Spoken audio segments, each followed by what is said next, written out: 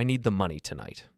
That's what my son Jason said when he walked into my kitchen at 4 in the afternoon on a Tuesday. Not, hello, Dad, not, how are you doing? Just those 5 words, delivered like I was a branch manager at a bank, and he was a preferred customer with a standing line of credit. He didn't even look at me when he said it. He was looking at his phone, thumb scrolling, the blue light washing his face in that familiar glow that made everyone under 40 look like they were receiving instructions from some invisible god. I was making coffee, the kind you make in a pot on the stove because the machine broke 2 months ago, and I never bothered replacing it. I had the burner on medium, watching the water start to shiver before the boil. Jason stood there in my kitchen in the house I bought 30 years ago when he was still in diapers, and he didn't even have the decency to wait for me to turn around. How much? I asked. $2.75. I turned the burner off. The water settled. I turned around. 1,000? Yeah. He still wasn't looking at me. His fingers moved across the screen, typing something. Probably to her. His wife, Melissa.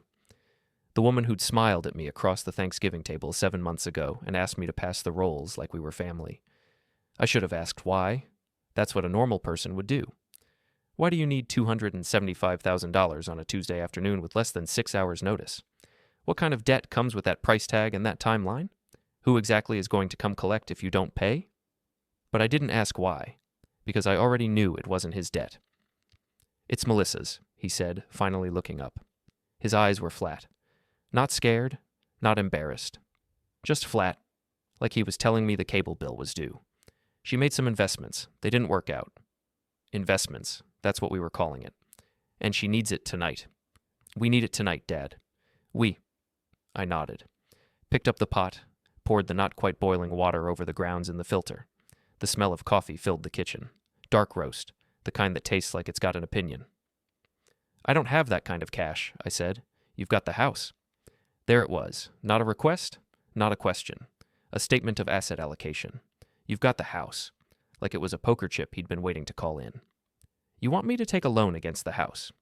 A bridge loan. Just temporary. Melissa's got some things liquidating next month. We'll pay you back. We? I poured myself a cup. Didn't offer him one. He didn't seem to notice. What happens if you don't pay tonight? I asked. He looked at his phone again. That's not really an option, Dad. I didn't ask if it was an option. I asked what happens. Bad things. What kind of bad things? The kind we don't want to find out about. I took a sip. The coffee was bitter, under-extracted. I'd turned the heat off too soon, rushed it. That's what happens when you let someone else's emergency become your emergency. You make bad coffee. Who's collecting? Does it matter? It does if you're asking me to bet my house on it. Jason's jaw tightened. For a second, just a second, I saw something flicker across his face. Not fear, exactly, more like irritation, the kind you get when someone's asking questions that slow down a process you thought was going to be smooth. Private lenders, he said. Melissa was trying to flip some properties. It was supposed to be a sure thing. Nothing's a sure thing. Yeah, well, she found that out. And now you're finding out? We're finding out, Dad. That's why I'm here. I set my cup down on the counter. The ceramic made a hard click against the laminate. Outside, a car drove past. Someone's dog was barking 3 houses down. The same dog that barked every afternoon at the same time, like it was punching a clock. You got paperwork? I asked. He reached into his jacket. A nice jacket, probably cost more than my monthly grocery bill, and pulled out a manila folder. Thin, maybe 5 pages inside. He set it on the counter between us. I didn't touch it. What's in there? Loan agreement, promissory note, payment schedule. Whose name's on it? Melissa's. Yours? He hesitated. It's a joint debt. That's not what I asked. It's in both our names. I picked up the folder, flipped it open. The first page was a standard loan agreement from someplace called Clearwater Capital Solutions. Address in Delaware. No physical office listed, just a registered agent. The kind of company that exists in a filing cabinet somewhere and nowhere else. The borrower line had 2 names, Melissa Hartley and Jason Hartley. My son's signature was at the bottom, dated 4 months ago. I flipped to the next page. Terms, interest rate 18%, compounding monthly. Balloon payment due in full after 90 days. And if the balloon payment wasn't met, the interest jumped to 36%. Plus fees, plus penalties, plus a whole paragraph of legal language that basically said they could come after anything and everything you owned, including your firstborn and your dog. You signed this 4 months ago, I said. Yeah. And you're telling me now. We thought we'd have it handled by now. You thought wrong. He didn't say anything, just stood there, hands in his pockets, looking at me like I was the one being unreasonable. I flipped to the last page. The payment schedule. It was simple. Brutal, but simple. The balloon payment was due today, $275,000. If it wasn't paid in full by midnight, the debt would restructure under the penalty terms, and the total owed would jump to $412,000. They're really going to add $137,000 overnight? I asked. That's what the contract says. And you believed them when they said Melissa could flip properties in 90 days. She's done it before. Not like this, she hasn't. Jason pulled his hands out of his pockets, crossed his arms. Are you going to help or not? There it was, the question under the question, the real reason he was standing in my kitchen on a Tuesday afternoon, acting like I owed him something. I closed the folder. I'll think about it, I said. Dad, we don't have time. I said I'll think about it. His face went red, not embarrassed red, angry red, the kind of red that makes a man's voice go tight and clipped. This isn't a game, he said. These people don't wait. They don't negotiate. If we don't have the money tonight, they're going to come after us, and they're going to come after you. Me? You're listed as a secondary contact. I set the folder down, slowly. I'm what? Melissa put you down as a reference for the loan. It's standard. A reference? Yeah. And what exactly did this reference say I'd do? Jason looked away. Out the window. At the dog that was still barking. At anything but me. It said you'd guarantee the loan if we couldn't pay. The kitchen was very quiet. The coffee had stopped steaming. The burner was still warm under the pot, ticking softly as the metal contracted. You used me as collateral, I said. It's not like that. You signed my name to a loan guarantee without asking me. We didn't sign your name, Dad. We just listed you as... As what, Jason? As someone who'd cover a $275,000 debt if your wife's real estate scheme went sideways. He didn't answer. I picked up my coffee, took another sip. It had gone lukewarm, bitter and lukewarm. The worst kind of coffee, the kind you drink anyway because you're too stubborn to pour it out and start over. When are they coming? I asked.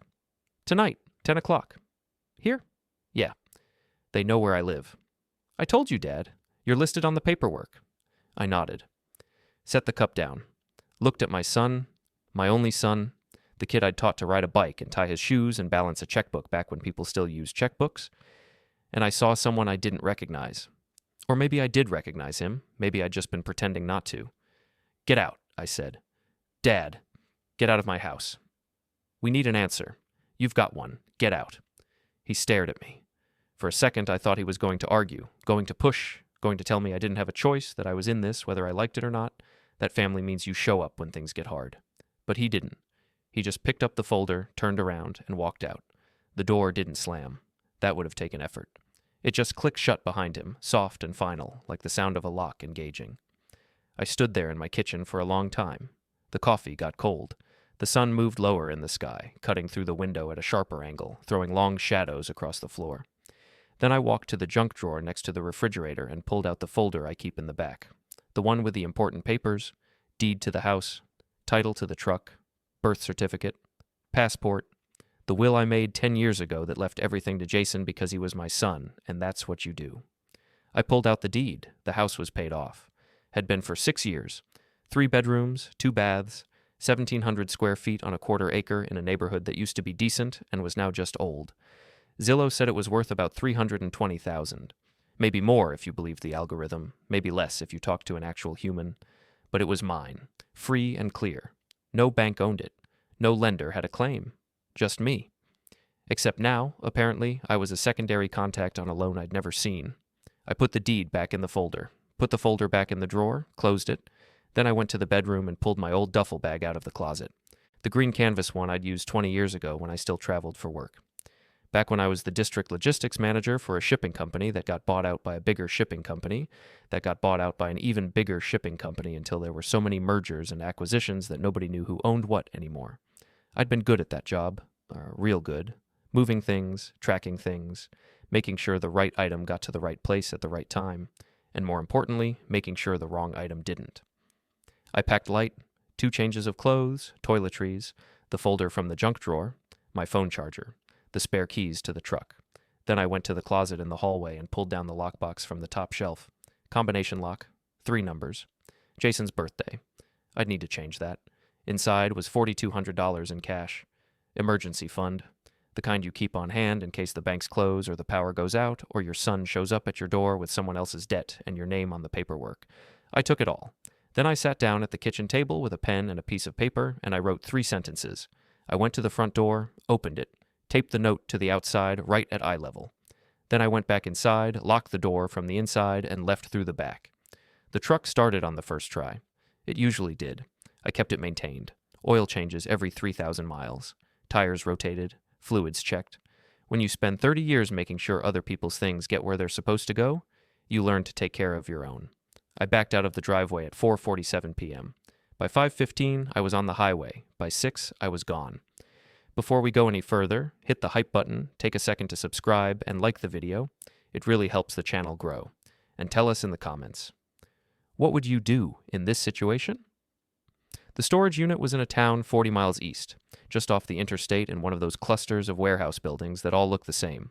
Orange metal doors, keypads, security cameras that may or may not actually work. The kind of place where you can rent a 10 by 10 for $60 a month and nobody asks questions. I'd had the unit for 3 years. Jason didn't know about it. Melissa sure as hell didn't.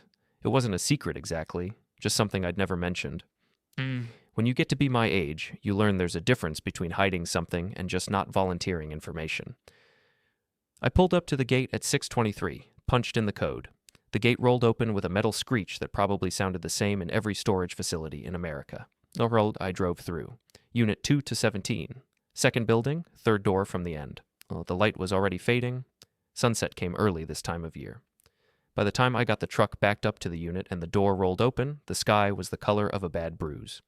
Inside the unit, 3 plastic bins, a filing cabinet, a card table with 2 folding chairs, a space heater that probably violated 6 fire codes, and in the back corner, wrapped in a moving blanket, the one thing I'd kept from the old job. A laptop. Not just any laptop. The one I'd used for the last 5 years before the buyout. The one with the VPN access and the credentials and the routing protocols that technically I was supposed to return when they gave me the severance package and the handshake and the coffee mug that said, "Thanks for 28 years." I'd returned a laptop. Just not that one. I set it on the card table, plugged it in, hit the power button. The screen flickered to life with a startup chime that sounded like optimism from a decade ago. While it booted, I opened the filing cabinet. 3 drawers.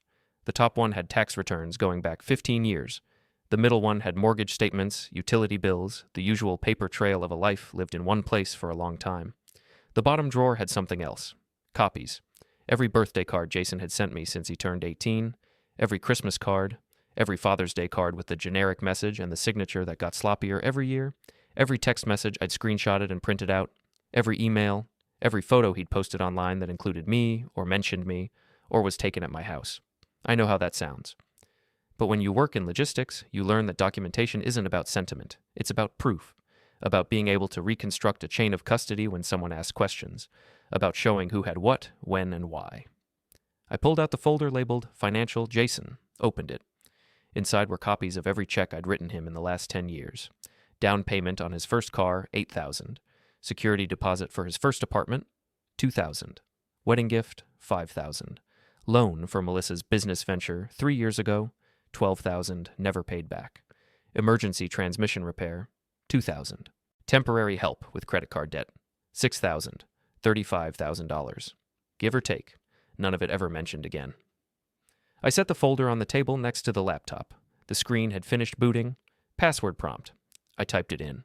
Same password I'd used for everything back then. A string of numbers and letters that looked random but wasn't. It was the routing codes for 3 distribution centers in the Midwest, strung together in sequence. The desktop loaded.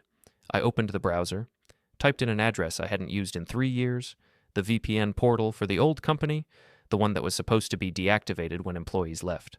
It wasn't. Some IT guy somewhere had probably meant to delete my access. Probably had it on a list, probably got busy, probably forgot. And now, 3 years later, the portal still recognized my credentials. I logged in. The system hadn't changed much. Same interface, same menus, same access to the shipment tracking database, the vendor management system, the personnel files, the internal directory. Same everything. I opened a new window, typed Clearwater Capital Solutions into the search bar. Nothing. I tried variations. Clearwater Capital, Clearwater Solutions, CCS Holdings, still nothing. That didn't surprise me. A Delaware shell company wasn't going to show up in a shipping contractor's database. But the people who ran it might, because companies like Clearwater didn't operate in a vacuum. They had layers, subsidiaries, associates, and somewhere in those layers, someone had to move money or goods or paperwork from point A to point B. That's where people like me used to come in. I pulled up the address on the loan paperwork. Clearwater Capital Solutions, 1209 the North Orange Street, Wilmington, Delaware. I'd seen that address before. It's one of the most famous addresses in corporate America. The building at 1209 North Orange Street is home to more than 280,000 companies. It's a registered agent office, a mail drop, the legal equivalent of a P.O. box. But every company has to have a real human being listed as the registered agent, someone who can receive legal documents, someone with a name. I pulled up the Delaware Secretary of State Business Registry, searched for Clearwater Capital Solutions. The entity came up immediately. Incorporated 4 years ago. Status: active. Registered agent: Gregory T. Millhouse, Esquire. I wrote the name down. Then I went back to the old company database and searched for Millhouse. 2 hits. The first was a memo from 6 years ago. Internal Legal was notifying all regional managers that a law firm called Millhouse and Associates had been retained to handle collections on overdue accounts. Standard stuff. Happens all the time.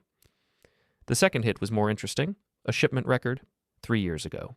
Contractor name, G. Millhouse. Destination, a warehouse address in New Jersey. Contents, listed as legal documents and office equipment. Weight, 240 pounds. 240 pounds of legal documents. I clicked through to the shipment details. The warehouse address was in Newark, industrial area, the kind of place where the buildings don't have names, just numbers. The shipment had been flagged for signature-required delivery, and the person who'd signed for it was listed as M. Hartley. M. Hartley. I sat back in the folding chair. It creaked under my weight. Melissa's maiden name was Hartley. I pulled out my phone, opened the browser, searched for M. Hartley plus Newark plus Millhouse. The first result was a cached LinkedIn profile. Melissa Hartley. Previous employment, Millhouse and Associates, legal assistant, 2019-2021.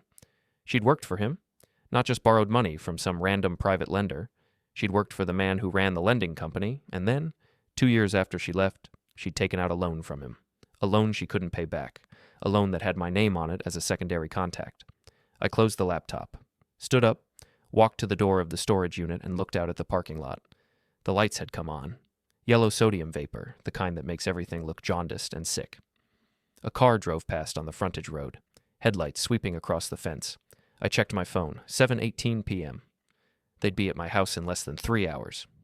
I went back to the filing cabinet, pulled out the bottom drawer all the way, reached into the back, past the folders, and found the envelope. It was sealed, had been for 2 years. I'd written a date on it. The day after Melissa and Jason's wedding, the day after I'd watched my son promise to love and honor someone I'd met exactly twice before the ceremony. I held the envelope up to the light. Couldn't see what was inside. Didn't need to. I remembered. Inside were 3 things. A photocopy of a police report from 2018. Melissa Hartley, arrested for check fraud in Atlantic City. Charges dropped after restitution was made. I'd found it with a basic background check, the kind you can run for $30 online. A printout of a civil court filing from 2020. Millhouse and Associates suing a former client for non-payment. The client's name was crossed out, but the case number was visible. And a photograph. I'd taken it myself. At the wedding reception. Melissa was in the background, talking to someone I didn't recognize. A man in a suit, older, 50, maybe 55. They were standing close. Too close for strangers. She was laughing at something he'd said. I'd thought it was nothing at the time, just a guest I didn't know. But later, when I ran the background check and found the connection to Millhouse and Associates, I'd pulled up the company website, clicked through to the Our Team page. The man in the photo was Gregory Millhouse. He'd been at my son's wedding. I put the envelope in my jacket pocket, turned off the laptop, closed the filing cabinet, rolled the storage unit door down and locked it. Then I got back in the truck and drove. The motel was 10 miles south, the kind of place where you pay cash and nobody looks at you twice, $49 a night. The sign out front said color TV and HBO like that was still a selling point. I checked in at 8:05. The clerk was a kid in his 20s with headphones around his neck and a vape pen on the counter. He took my cash, handed me a key, an actual key, not a card, and didn't ask my name. Room 14. Ground floor, around the back. I parked the truck where I could see it from the window. Inside, the room smelled like cigarette smoke and industrial cleaner. The bedspread was brown and orange, a pattern that probably seemed modern in 1987. The TV was bolted to the dresser. The bathroom had a shower with water pressure like a garden hose with a kink in it. I sat on the bed and pulled out my phone. 3 missed calls from Jason. 2 voicemails. I didn't listen to them. 1 text message. Dad, where are you? They're going to be here soon, please. I deleted it. Then I opened the browser and pulled up the website for Clearwater Capital Solutions. It was professional, clean. Stock photos of people shaking hands and signing documents. Testimonials that all sounded like they were written by the same person. Fast approval process. Competitive rates? Flexible terms? The usual lies that predatory lenders tell. At the bottom of the page was a contact form. I filled it out. Name, Gregory Millhouse. Email, a burner address I'd set up years ago. Message, we need to talk about the Hartley account. I hit send. Then I pulled the envelope out of my jacket and opened it. The police report was 2 pages. Melissa Hartley, age 24, arrested for passing bad checks at 2 casinos in Atlantic City. Total amount, $6,000. She'd claimed it was a misunderstanding, said the checks were supposed to clear. The bank said otherwise. Charges were dropped after someone, the report didn't say who, made restitution. The civil filing was thinner. Just a summons and complaint. Millhouse and Associates versus John Doe. The complaint alleged breach of contract, non-payment of debt, fraud, standard collection lawsuit language. But what caught my eye was the amount, $275,000, the exact same amount Jason had asked me for. The photograph was last. I'd printed it on regular paper, so the colors had faded a little, but you could still see Melissa's face, still see the way she was looking at Millhouse, still see his hand on her elbow, familiar and possessive. I put the items back in the envelope, checked my phone. 8:47. They'd be at my house in an hour. I thought about what they'd find. The front door, locked, the note taped to the outside. 3 sentences, handwritten. I don't have the money, I didn't sign anything, good luck. I wondered if they'd break in. Probably. Men who loan money at 36% interest don't let locked doors stop them. They'd kick it in, or jimmy the lock, or go through a window, and they'd search the place. They'd find the cold coffee on the counter, the empty duffel bag in the closet, the junk drawer with the important papers missing, and then they'd find the second note. I'd left it on the kitchen table, another piece of paper, another 3 sentences. Check the master bedroom, under the bed, northwest corner. Under the bed, in a shoebox, they'd find a burner phone, prepaid, untraceable, and on that phone, they'd find 1 saved number. No name, just digits. If they called it, they'd get voicemail, a generic recording. You've reached the voicemail box of, and then a computer-generated voice would recite the number back to them. And if they left a message, I'd get it, because the number was mine. A second burner, one I'd bought 3 years ago and kept charged and hidden in the storage unit, just in case I ever needed a phone that nobody knew about. I wasn't sure they'd call, but I didn't need them to. I just needed them to know I'd left it there on purpose, that I'd thought this through, that I wasn't panicking. My phone buzzed, a text from Jason. Dad, they're here. Please tell me you left the money. I didn't reply. Another text. Dad? Another. Dad. I turned the phone off. Then I lay back on the motel bed and stared at the ceiling. There was a water stain in the corner, shaped like a map of something. Florida, maybe, or a kidney. I thought about Jason, about the day he was born, how small he'd been, how his whole hand could barely wrap around my finger, how I'd stayed up all night in the hospital room just watching him breathe, terrified that if I looked away for even a second, something would go wrong. I thought about the day he graduated high school, the stupid tasseled cap, the way he'd grinned in the photos, the look on his face when I handed him the keys to his first car, used but reliable, and told him to be careful. I thought about the day he told me he was getting married. We'd been sitting in the same kitchen where he'd asked for the money. He'd been nervous, happy, but nervous. He'd said Melissa was special, that she got him, that she made him want to be better. I'd believed him. Maybe I'd wanted to believe him, Maybe it was easier than asking the questions I should have asked. The ceiling didn't have any answers, just the water stain and the textured paint and the smell of 30 years of strangers sleeping in this room. I closed my eyes. At 10:15, the burner phone buzzed. I sat up, pulled it out of my jacket pocket. One new voicemail. I played it. Heavy breathing, background noise, voices, movement, then a man's voice. Deep, controlled, the kind of voice that doesn't need to yell to make a point. I don't know who you are, but you're going to want to call this number back, tonight, because your son just guaranteed this debt personally. And if you think walking away solves anything, you're wrong. We know where you live, we know what you drive, and we know how to find people who don't want to be found. Call me. The message ended. I saved it. Then I opened the web browser on my real phone. Still off, but I turned it on just long enough to check, and logged into my email. One new message, from the contact form on the Clearwater Capital website. The reply was short. We can talk. Tomorrow, 2 p.m. Address below, come alone. The address was in Philadelphia, a business park in the Northeast, Suite 400. I wrote it down, turned the phone off again. Then I got up, walked to the bathroom, and looked at myself in the mirror. I looked old, tired. The kind of tired that sleep doesn't fix, but I didn't look scared. That was good. Because fear is what men like Milhouse count on. Fear is what makes people pay debts they don't owe. Fear is what keeps the system running. And I wasn't afraid anymore. I left the motel at 6 a.m. The drive to Philadelphia took 4 hours. I stopped once for gas and once for coffee at a truck stop where the waitress called me Hone and didn't charge me for the refill. The business park was in a neighborhood that used to be industrial and was now trying to be upscale. Old warehouses converted into office space, exposed brick, high ceilings, trendy coffee shops on the ground floor with names like Grind and the Daily Press. Suite 400 was on the 4th floor of a building that still had the faded paint outline of a machinery company's logo on the side. The elevator was new, stainless steel, smelled like furniture polish. I got there at 1:45, 15 minutes early. That was intentional. You learn things when you show up early.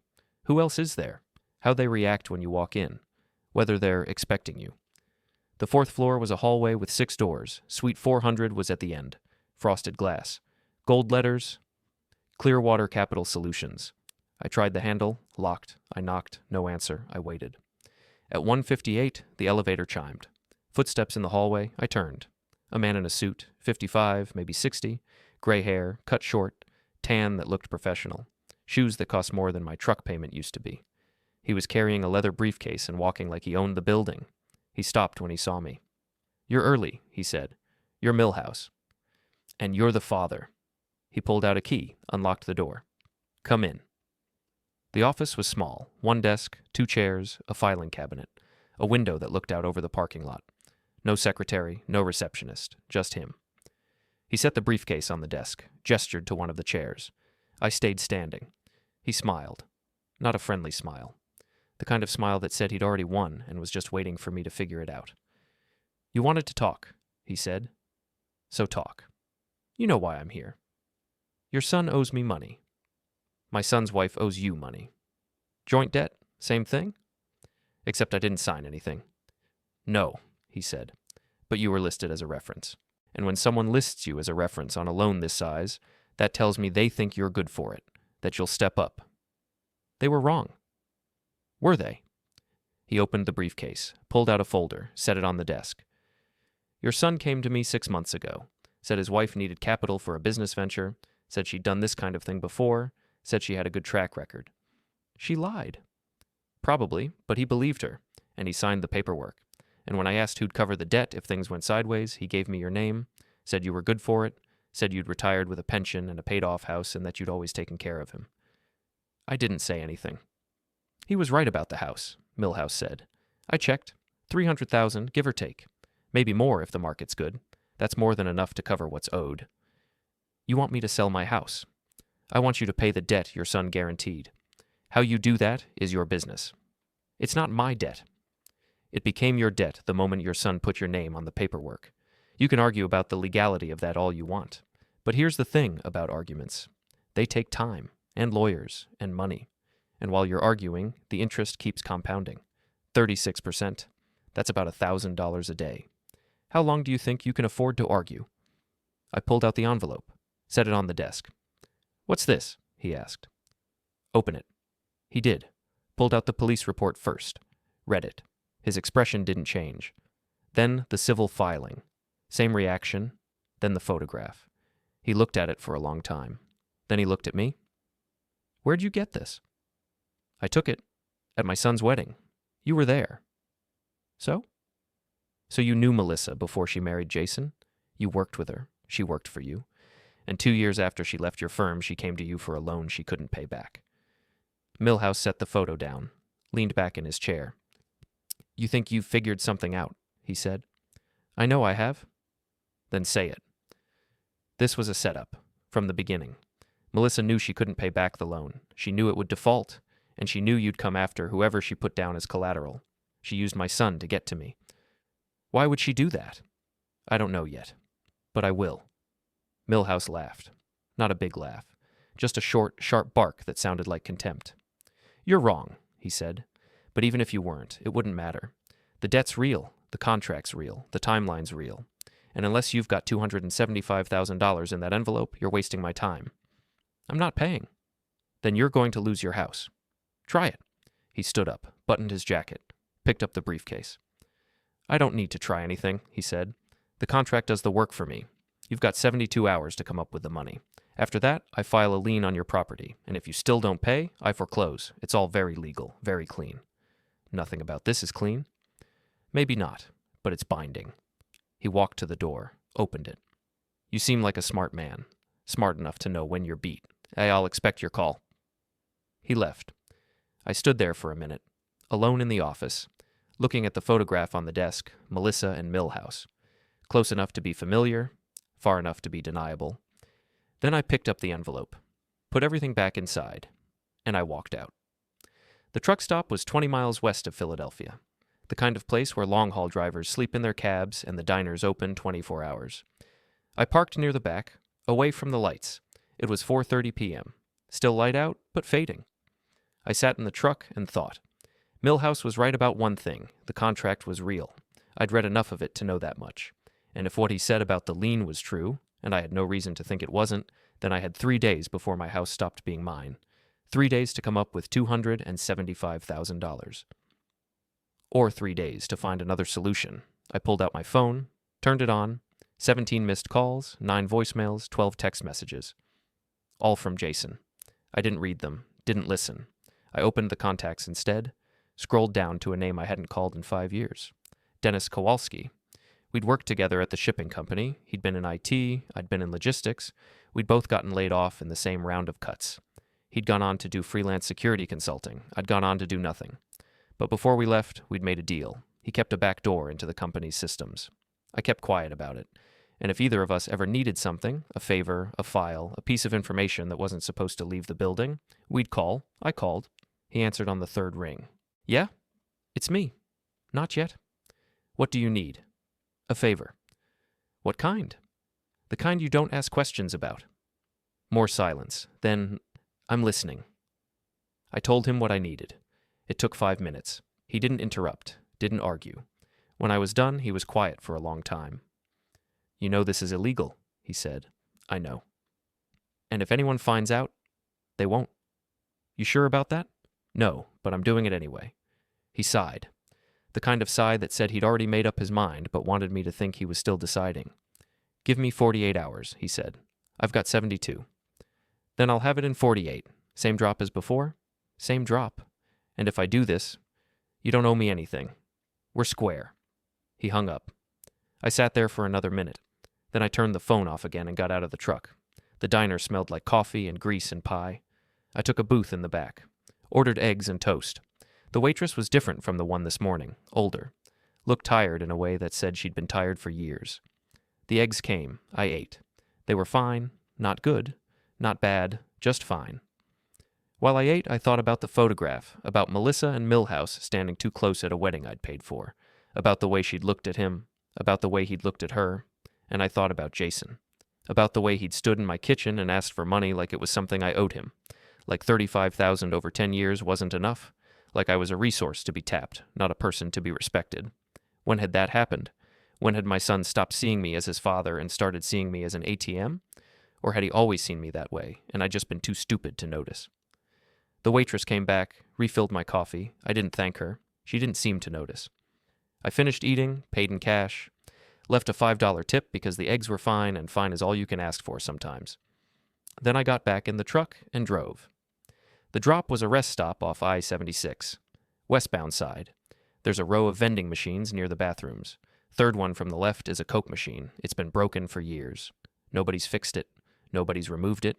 It just sits there, a monument to neglect. Behind the machine, taped to the back panel, is a magnetic key box, the kind you use to hide a spare car key. Dennis and I had put it there 6 years ago, back when we were still paranoid about paper trails. I got there at 9 a.m. on the second day, 41 hours after I'd made the call. The key box was right where it was supposed to be. Inside was a thumb drive. I took it, left a $50 bill in the box. Then I got back in the truck and drove to a library in a town I'd never been to. The library was small, one room, maybe a dozen computers. I signed in with a fake name, took a seat at a terminal in the corner. The thumb drive had one file on it, a PDF, 43 pages. I opened it. The first page was a corporate filing. Clearwater Capital Solutions, parent company Ironside Holdings, LLC. The second page was another filing, Ironside Holdings, parent company Northridge Financial Group. The third page, Northridge Financial Group, parent company Apex Consolidated, and on and on. Shell companies wrapped in shell companies wrapped in shell companies. The kind of nested structure that exists for one reason, to hide ownership. But Dennis was good. Better than good. He'd followed the chain all the way to the end. Page 19, Apex Consolidated. Ownership, 73% held by a trust. Trustee, Gregory T. Millhouse. Page 20, Trust Documents. Beneficiary, Melissa Hartley Millhouse. I read that line 3 times. Melissa Hartley Millhouse. I scrolled down. Page 21, Marriage Certificate. Gregory T. Millhouse and Melissa Ann Hartley. Dated 4 years ago. Filed in Clark County, Nevada. Las Vegas. Page 22. Divorce Decree. Same names.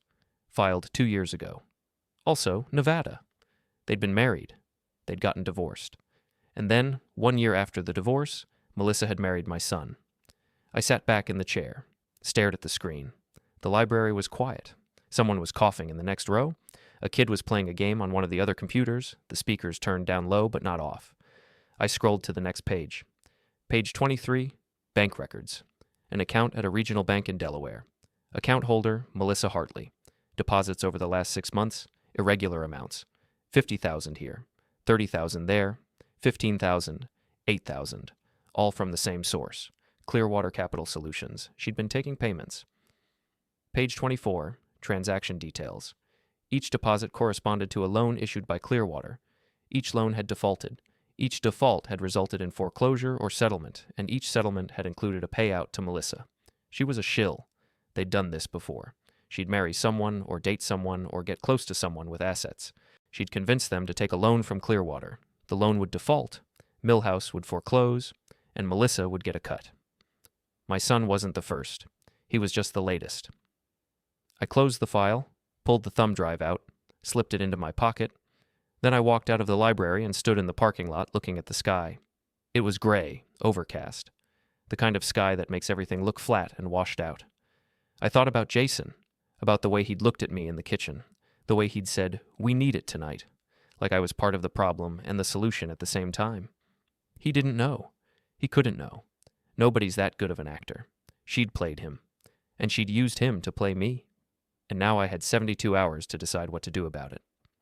I got in the truck, started the engine, checked my phone, 1 new voicemail. From a number I didn't recognize, I played it, a woman's voice. Melissa. "Hi, Dad." She never called me Dad. "Jason's really worried about you. We both are. I know things got heated the other day, but we need to talk. This doesn't have to be complicated. We can work something out. Just call me back. Please." She sounded sincere, concerned, like she actually gave a damn. I deleted the message. Then I pulled up the browser on my phone and typed in an address. The county clerk's office, property records. I searched for my house. There it was. 412 Maple Street. Owner, me, liens, none. Yet. I scrolled down to the transaction history. The last entry was from 6 years ago. Mortgage paid in full, but there was another entry below it, from 3 months ago. A notation. Interested party inquiry. Someone had been checking on my house, running the title, seeing what it was worth. The inquiry was filed by Clearwater Capital Solutions. They'd been planning this for months, maybe longer. I closed the browser, put the phone away. Then I drove. I got to Jason's house at 11 p.m. It was a rental, nice neighborhood, 2-story colonial with a 2-car garage and a front lawn that someone actually mowed, the kind of place that costs more per month than I used to make in 2. The lights were on. Both cars in the driveway, Jason's sedan, Melissa's SUV. I parked across the street, cut the engine, waited. At 11:17, the front door opened. Melissa came out. She was wearing yoga pants and a jacket. Hair pulled back. She walked to the SUV. Got in. Backed out. I waited until she turned the corner. Then I got out of the truck and walked up to the front door. I didn't knock. I used the spare key Jason had given me 2 years ago, the one he'd said was for emergencies, in case he locked himself out, in case I ever needed to check on the house while they were traveling. The door opened. I stepped inside. The house was quiet. TV on in the living room, some late-night talk show, canned laughter. Jason was on the couch. He looked up when I walked in. "Dad?" I closed the door behind me. "We need to talk," I said. He stood up. "Where the hell have you been? Do you have any idea what—" "Sit down." Something in my voice made him stop. He sat. I stayed standing. "How long have you known Melissa?" I asked. "What? How long? Before you got married? How long did you know her?" "I don't—" He shook his head. "A year. Maybe a little more? Why? You ever meet any of her family?" "She told me that." "Friends?" "Some. Not many. She said she moved around a lot. Didn't stay in one place long enough to—" He stopped. "Why are you asking me this?" I pulled the envelope out of my jacket, set it on the coffee table.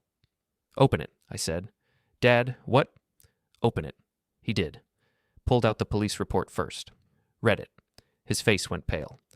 "This is—" "Keep going." He pulled out the civil filing, then the photograph. He stared at the photograph for a long time. "Who is this?" he asked. "Gregory Milhouse, the man who gave Melissa the loan, the man who's coming after my house, and the man your wife used to be married to." Jason looked up at me. "That's not—" "It is. They were married 4 years ago. Divorced 2 years ago. 1 year before she met you." "You're lying." I pulled out my phone, opened the PDF Dennis had sent, scrolled to the marriage certificate, handed him the phone. He read it, then he read it again.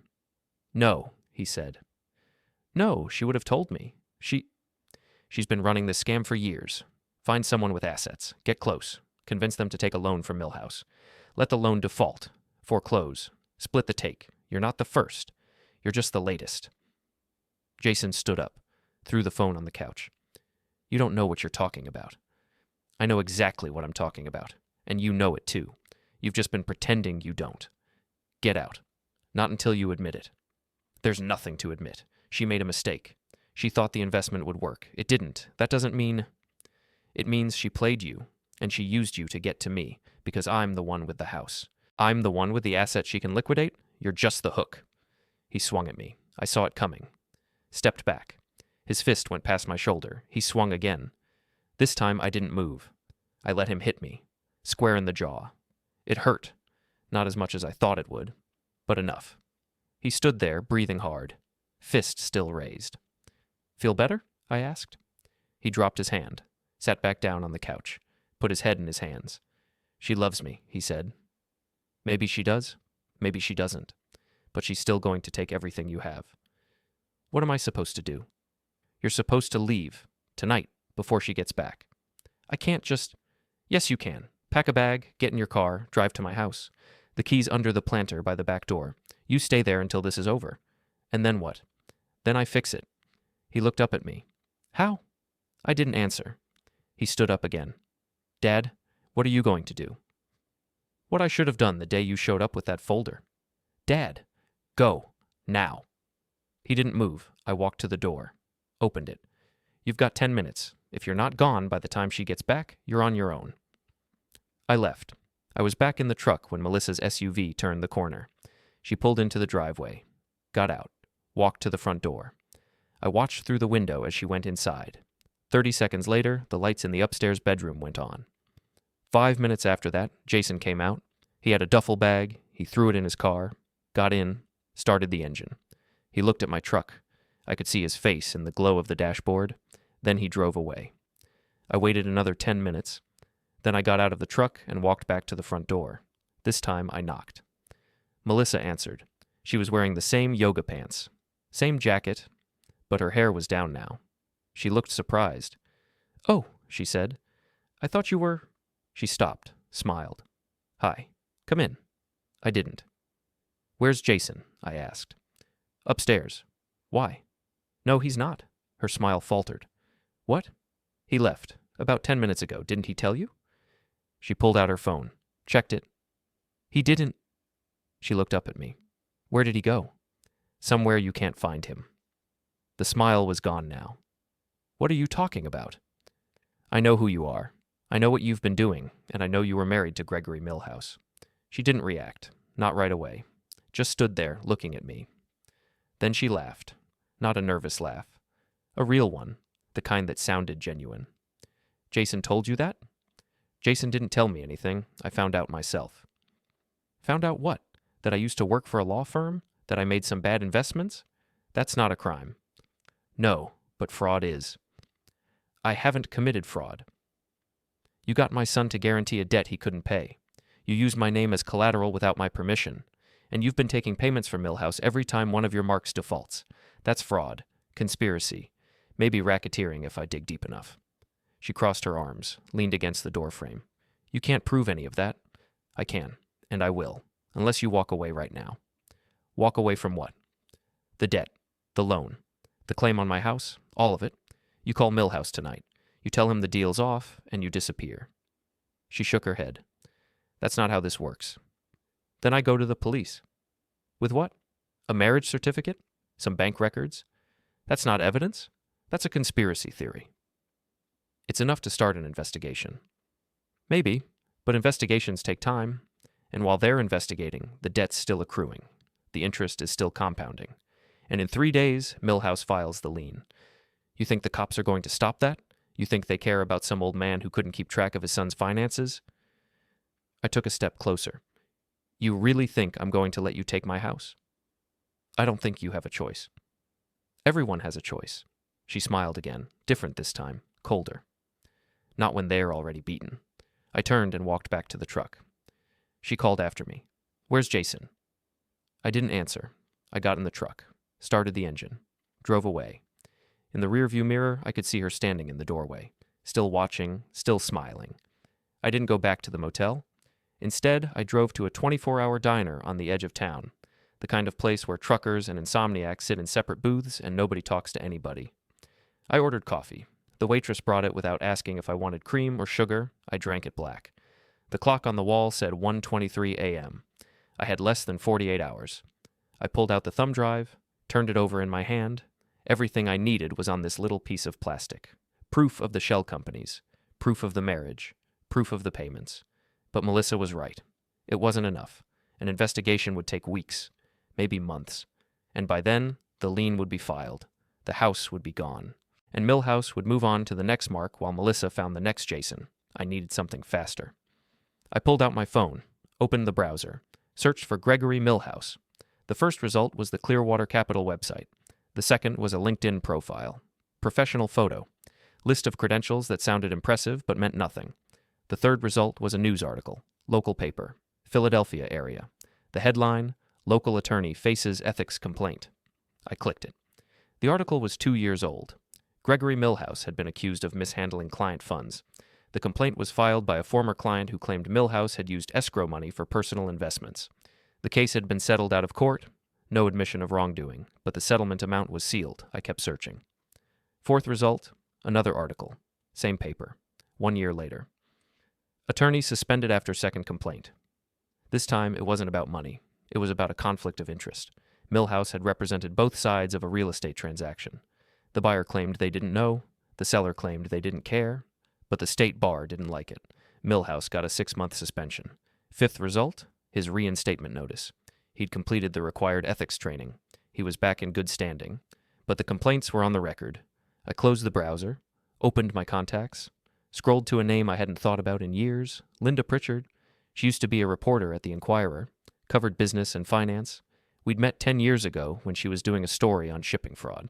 I'd given her some background on how logistics companies tracked stolen goods. She'd quoted me in the article. We'd stayed in touch for a while. Then we hadn't. I called her. She answered on the 5th ring. This better be good. It's good. Silence. Then, who is this? I told her. Second person to say that this week. What do you want? You still cover finance? Sometimes. Why? I've got a story for you. What kind of story? The kind that involves a predatory lender, a marriage scam, and a pattern of fraud that's been going on for years. I'm listening. I told her everything. The loan, the shell companies, the marriage certificate, the divorce, Melissa, Jason, the payments, the foreclosures. When I was done, she was quiet for a long time. You have proof? She asked. All of it. Documented? Yes. How soon can you get it to me? How soon can you run the story? If it's as solid as you say, I can have it online by tomorrow night. Print edition the day after. That's not soon enough. Then what do you want me to do? Can you call Milhouse? Ask for a comment? I can, but he's not going to give me one. Guys like that lawyer up the second they hear the word reporter. That's fine. I don't need him to talk. I just need him to know you're asking questions. She thought about it. You want to spook him. I want him to know the walls are closing in. And if that doesn't work, then you run the story anyway. What's in it for me? Exclusive, full access, and a byline on a story that ends a scam that's been running for at least 4 years. Send me the files, she said. I hung up, opened my email, attached the PDF from the thumb drive, sent it. Then I finished my coffee and walked out.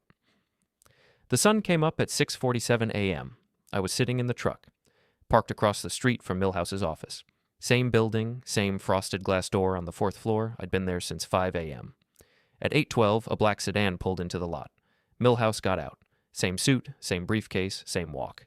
He didn't notice me. He went inside. The lights on the 4th floor came on 10 minutes later. I waited. At 9:03, my phone rang. Unknown number. I answered. Is this a man's voice? Professional, tense. Am I speaking to the father of Jason Hartley? Who's asking? My name is Alan Greaves. I'm an attorney. I represent Gregory Milhouse. I understand you've been making some serious allegations against my client. I haven't alleged anything. I've just been asking questions. Questions that involve accusations of fraud, conspiracy, and racketeering.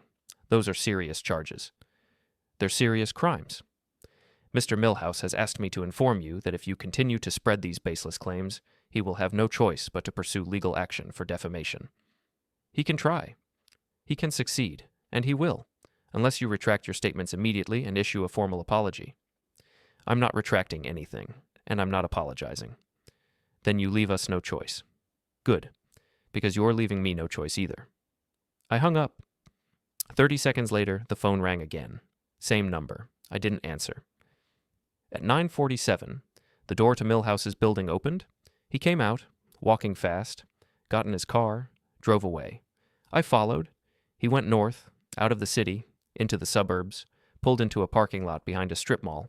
I parked 3 spaces down. He got out, walked to a door at the back of the building, unmarked, knocked. The door opened, Melissa. They went inside. I sat there for 5 minutes. Then I got out of the truck and walked to the door. It was locked. I knocked. No answer. I knocked again. Harder. The door opened. Melissa. She looked surprised, then annoyed. You need to leave, she said. We need to talk. We've got nothing to talk about. I pushed past her, into the room. It was small, storage space maybe, or an office that hadn't been used in years. 1 table, 2 chairs, and Milhouse, standing in the corner, phone in his hand. He looked at me. You're trespassing. Call the cops, I said. I'll wait. He didn't move. Melissa closed the door. What do you want? I want you to walk away. Both of you. Cancel the loan, drop the claim, disappear. Milhouse laughed. And why would we do that? Because if you don't, the Inquirer runs a story tomorrow that connects you to at least 6 other foreclosures with the same pattern. Same setup, same scam, and once that story runs, the state bar is going to take another look at your ethics complaints, and this time they're not going to settle. His smile faded. Melissa crossed her arms. You're bluffing. Call Linda Pritchard. Ask her. Milhouse pulled out his phone, typed something, waited. His face went pale. She's already called, he said. I know. You son of a... I held up my hand. Here's what's going to happen. You're going to draft a letter, tonight.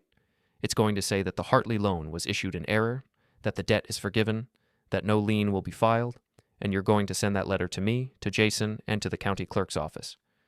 And if we don't, then the story runs, and I send everything I have to the State Bar, the FBI, and every news outlet in the tri-state area. Your scam ends, your law license ends, and you spend the next 10 years in court trying to prove you didn't do exactly what I know you did. Melissa stepped forward. You can't prove? I can. Marriage certificate, divorce decree, bank records showing payments from Clearwater to you, corporate filings showing Millhouse controls the whole chain, and 6 other victims who are going to be very interested to know they weren't the only ones. Millhouse set his phone down. You've got nothing. I've got enough. He looked at Melissa. She looked back. Something passed between them. Not words, just a look. Then Millhouse picked up his briefcase. You'll have your letter by midnight. I want it by 6. Fine. 6. He walked to the door, stopped, turned back. You know this doesn't change anything, he said. Your son still made his choice. He still signed that paperwork. He still brought you into this. I know. And you're still going to lose him. Maybe, but I'm not losing my house. He left. Melissa stayed. She was looking at me, different now, not angry, not cold, just tired. You think you've won, she said. I know I have. He'll come after you, maybe not today, maybe not this year, but eventually. Let him try. She smiled, sad this time. You don't know what you've done. I know exactly what I've done. She shook her head, walked to the door, stopped. Jason really loves you, she said. He talks about you all the time, about how you taught him to be strong, to stand up for himself, to never back down. Then he learned something. She opened the door, looked back one more time. Yeah, she said. He did. Then she left. I stood there for a minute, alone in the empty room, the table, the chairs, the smell of old carpet and stale air. Then I walked out. The letter came at 5:47 p.m. I was back at the motel. Room 14, same brown and orange bedspread. Same TV bolted to the dresser. The email arrived on my phone. Attachment, PDF. Formal letterhead. Clearwater Capital Solutions. Dear Mr. Hartley, please be advised that the loan agreement dated 4 months ago has been issued in error and is hereby canceled. No payment is due. No lien will be filed. This matter is closed. Signed, Gregory T. Millhouse, Esquire. I forwarded it to Jason, then to Linda Pritchard with a note, hold the story, for now. She replied 10 minutes later. You sure? I typed back. Yeah. Then I turned off the phone, lay back on the bed, stared at the ceiling. The water stain was still there, still shaped like Florida, or a kidney. I thought about Jason, about whether he'd come back, whether he'd call, whether he'd want to talk about what happened. Probably not. That's the thing about betrayal. It doesn't matter who was right. It only matters who got hurt. And we'd both gotten hurt. At 8 p.m., someone knocked on the door. I got up, looked through the peephole. Jason. I opened the door. He stood there, hands in his pockets, eyes red. He looked like he hadn't slept. Can I come in? He asked. I stepped aside. He walked past me, sat on the edge of the bed. Didn't look at me. Melissa's gone, he said. I know. She didn't even leave a note, just packed her stuff and left. I didn't say anything. I called Millhouse, he said. He told me the loan was canceled, that I don't owe anything. That's right. He said you made him do it. I gave him a choice. He made the smart one. Jason looked up at me. What did you do? What I had to. Dad, you don't want to know. He stood up, walked to the window, looked out at the parking lot. I'm sorry, he said. For what? For all of it. For asking you for money. For not telling you about the loan. For... His voice cracked. For everything. I walked over, stood next to him. You didn't know, I said. I should have. I should have seen it. Maybe, but you didn't, and that's on her, not you. He turned to look at me. Are we okay? I thought about that. About the kitchen, about the folder, about the way he'd looked at me like I was an ATM and not his father. No, I said. We're not okay.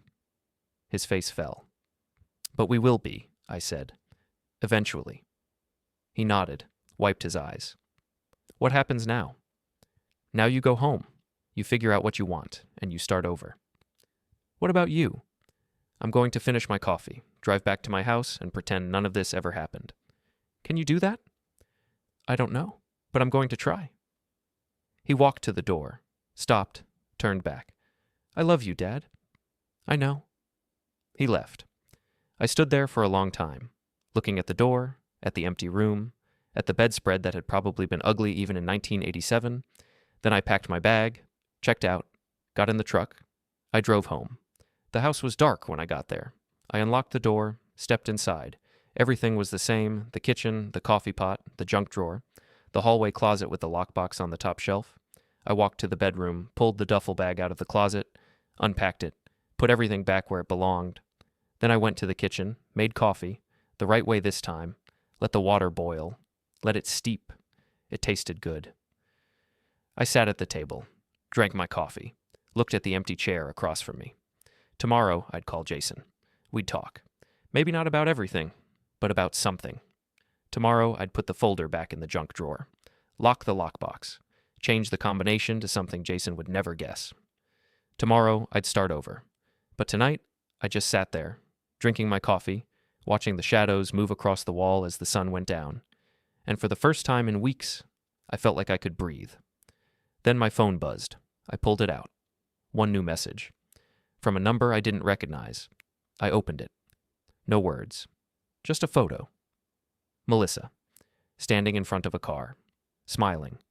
And next to her, a man I didn't recognize. Younger than Milhouse, older than Jason. Same setup, different mark. I stared at the photo. Then I deleted it. Put the phone down. Finished my coffee. And I smiled. Because this time I knew exactly what I was going to do. I opened my laptop, pulled up the contact form for the FBI's Financial Crimes Division, started typing. I have information regarding a pattern of loan fraud involving multiple victims across state lines. My fingers moved across the keyboard, steady, certain. This wasn't over. Not for her, not for Milhouse, not for any of them. I attached the files Dennis had sent me, the marriage certificate, the bank records, the shell companies, everything. Then I added one more thing. The photo Melissa had just sent, with a note, subject is already targeting next victim. Immediate investigation recommended. I hit send, then I closed the laptop, stood up, walked to the window. Outside, the street was quiet. The neighbor's dog had stopped barking. The porch lights were on up and down the block. My phone buzzed again, another message. Same number. I opened it. Just 2 words. You lose. I typed back, no, you did. Then I blocked the number, walked back to the kitchen, poured another cup of coffee, and I waited. Because I knew what was coming next. The FBI doesn't move fast, but they move thoroughly. And once they start looking, they don't stop until they find everything. Melissa would run. Milhouse would lawyer up. They'd both claim innocence, but the paper trail doesn't lie. And I'd just given the FBI enough paper to bury them both. 3 days later, my phone rang. Unknown number. I answered. Is this a woman's voice? Professional. Clipped. Am I speaking with the individual who submitted the financial crimes report? You are. This is Special Agent Torres, FBI. I'd like to ask you some questions. I'm ready, she asked. I answered. It took 2 hours. When we were done, she said, we'll be in touch. I'll be here. She hung up. I sat there for a minute. Then I walked to the junk drawer, pulled out the deed to my house, free and clear, no liens, no claims, no debt, just mine. I put it back, closed the drawer, and I went outside. The sun was setting. The sky was orange and pink, the kind of sunset that makes you forget how cold it's going to be in an hour. I sat on the porch, watched the light fade. Somewhere, Jason was figuring out his life. Somewhere, Melissa was running. Somewhere, Milhouse was hiring lawyers. But here, on my porch, in front of my house, I was exactly where I was supposed to be. And that was enough. My phone buzzed one more time. A text from Jason. Thank you. I typed back, you're welcome. Then I turned off my phone, leaned back in the chair, and I watched the stars come out, one by one, until the sky was full of them.